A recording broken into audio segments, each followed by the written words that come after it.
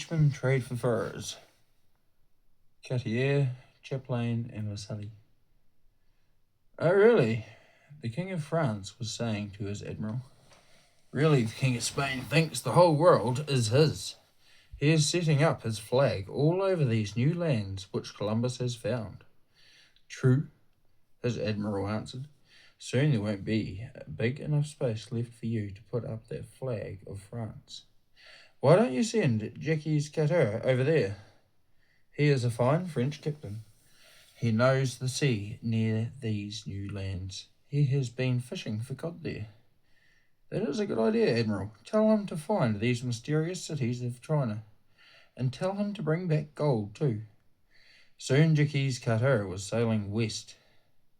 When he got to a land, he planted a wooden cross with these words carved on it. Long live the King of France. That will stand longer than a flag, said Cartier, but I don't see any gold or any city around here. There are only green woods and dancing Indians. I will look about some more. But Cartier found no cities.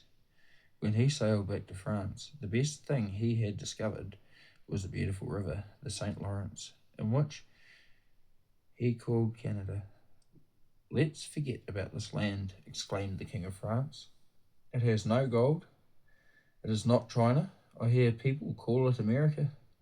Call it China or call it America. I call it Canada, said the French fisherman. We shall keep on going there every year to fish. But fishing is dangerous and we are paid little, said the fisherman whose face was rough from the salty sea wind. I am tired of smelling fish. We would get more money if we got furs from the Indians and sold them in Europe.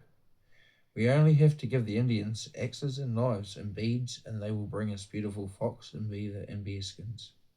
You are right, said the other fishermen, as they wound up their lines. Let us become fur traders. So they began to trade with the Indians for fur. They filled their ships with bear, wolf, fox, and beaver skins, and they grew rich enough to live in castles. Now, after the fishermen and the fur traders, another Frenchman came to Canada. His name was Samuel de Champlain. With his workmen, he cut down trees, ploughed fields, and built the first town in Canada. He called it Quebec. It is a very small town, said Champlain, with only 4 houses and a log wall. But it will grow, and we shall show our countrymen that Canada is better than just a place for fur trading. And then, too, we will teach the eloquent Indians in Canada to like our God.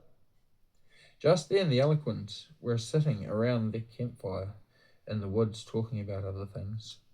We must ask this great white chief Champlain to help us in our war, said the eloquent chief.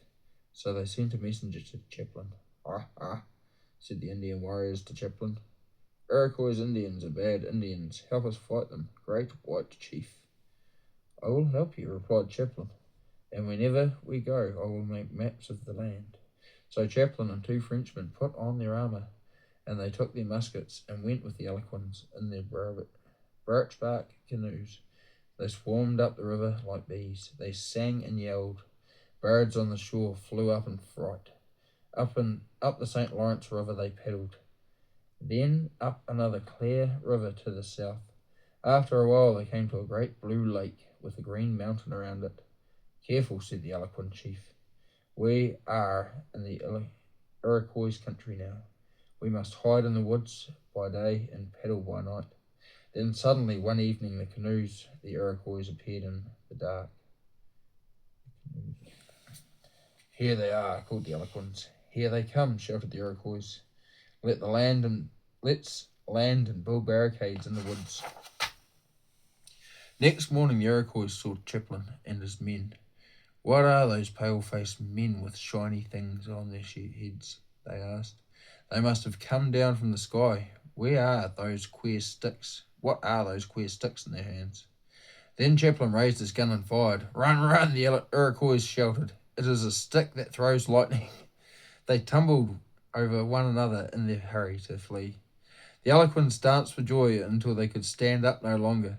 The war was ended. Well, said Champlain, I have discovered a new river and a new lake to draw on my maps. And he drew the shape of Lake Champlain. I will make other trips with my Indian friends. I will see what else I can find. He found other great lakes and drew them in their places. Perhaps, said Champlain one day, I spend too much time exploring and drawing maps. I must do something about my town of Quebec.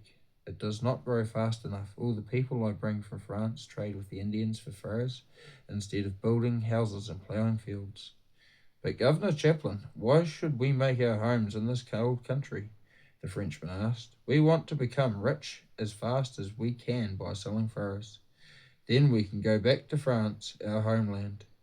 I love New France, this country we have come to, answered Champlain.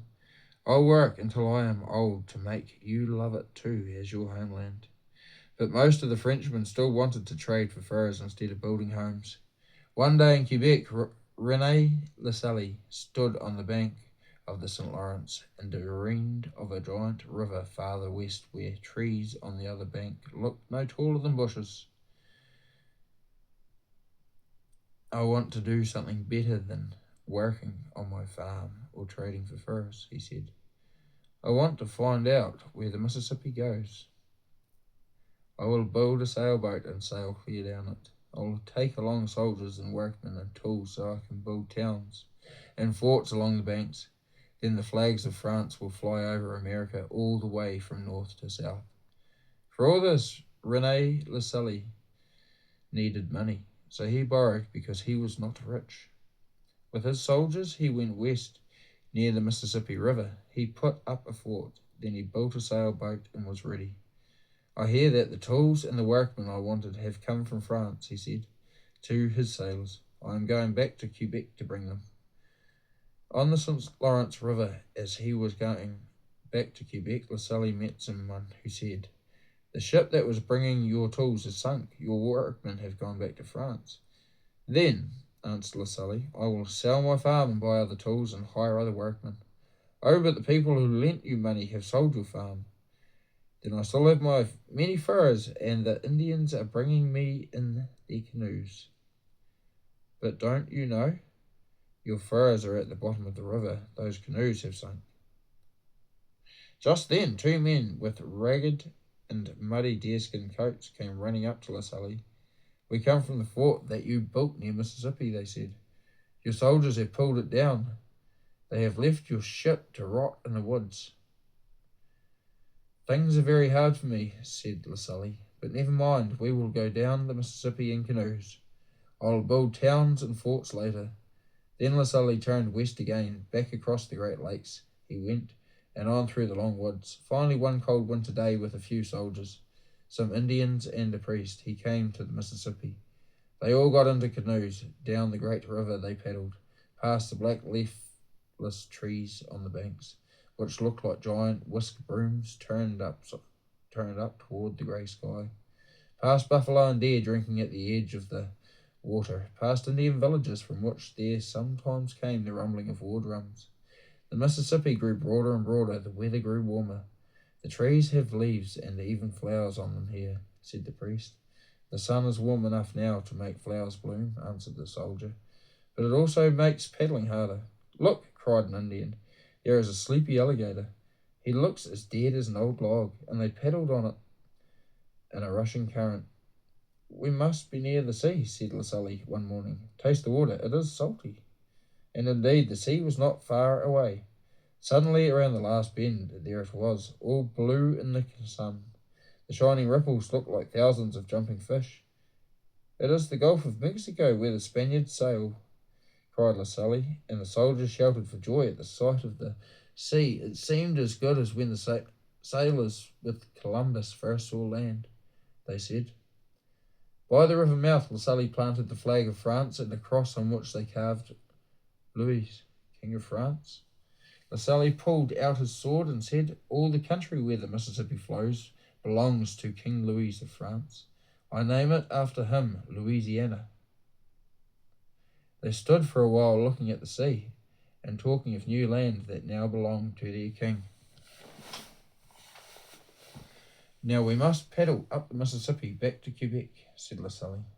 Then I will go to France to ask the king to help me bring French people to Louisiana.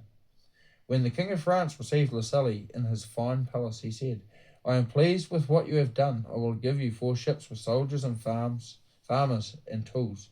You shall sail south to where the Mississippi meets the sea, and you shall build towns and forts there. La Salle bowed before the king. He was happy. Now my dreams come true, he thought. Now I will begin to make the making of a great new France in a warmer country than Quebec. But some months later, on a deserted beach off the Gulf of Mexico, a few hungry, sick men were where all La Salle had left of his dream. Here I am, said he sadly. My best fine French ship was taken by the Spaniards. 2 of my ships have sunk. Now the 4th has deserted me and gone back to France. Most of my men have died, and here I am, sick on an empty shore. Then some of La Salle's men turned against him. They hid behind some trees, and they shot him. And so ended La Salle's sad story and all his beautiful dreams. Wow.